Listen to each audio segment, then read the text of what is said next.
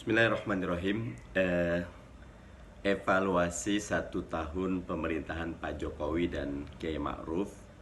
Izinkan saya menyampaikan oleh dua perspektif ya. Yang pertama perspektif komitmen atau integritas, yang kedua perspektif kompeten atau kapasitas ya. Dari sudut integritas, saya sedih ketika Pak Jokowi kata dengan perbuatannya tidak sama, beberapa kali memarahi quote and unquote menterinya, tapi tidak ada satu aksi pun untuk menegur menteri dalam bentuk yang konkret ya. Itu sebetulnya menurunkan marwah dan martabat institusi kepresidenan. Mestinya Pak Jokowi sekarang sudah yang kedua, nothing to lose. Publik berharap bukan cuma kerja keras, tetapi kerja yang membawa impact, yang membawa hasil.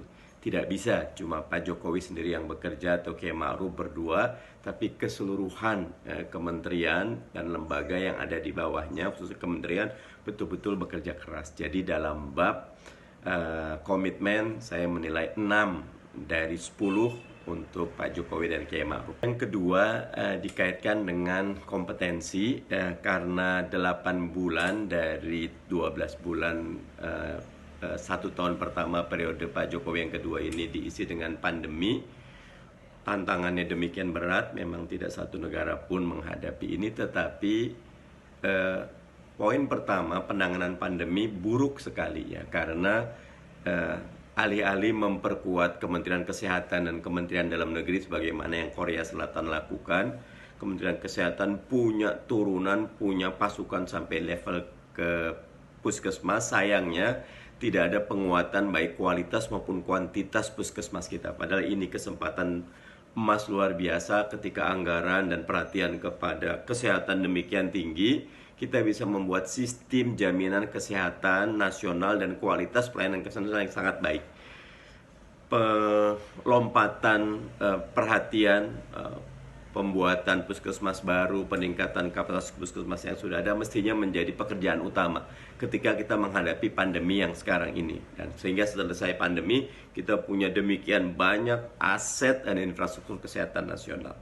Kementerian Dalam Negeri mesti menjadi salah satu manajer utama untuk mendisiplinkan masyarakat, karena kementerian yang punya kaki sampai kepada aparat desa itu adalah Kementerian Dalam Negeri, yang itu bisa diorkestrasi dengan sangat baik.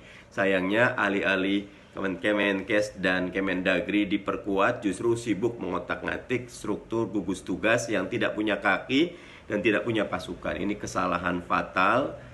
Plus tidak banyaknya didengar teman-teman dari akademisi, padahal dalam konsep triple helix menghadapi krisis dan berbagai bencana ini expertise ya, keahlian yang sangat menentukan. Belum lagi ketika kita melihat bagaimana alokasi anggaran jauh panggang dari api, sehingga untuk bab penanganan pandemi saya nilainya 5 dari 10. Berikutnya dari sudut penegakan hukum atau Polhukam, kasus penanganan terhadap demo Omnibus Law, bahkan pemborgolan aktivis-aktivis yang bersuara keras, pada saat yang sama kebakaran di Kejagung, dan KPK yang quote and unquote sibuknya dengan penambahan gaji pimpinan dan mobil dinas yang sebetulnya ini bertentangan dengan konsep single salary-nya. Ini menjadi catatan yang sangat mendasar. Kasus Joko Chandra cukup baik, tetapi belum sampai kepada siapa aktor di balik itu, dan kita sedang menunggu.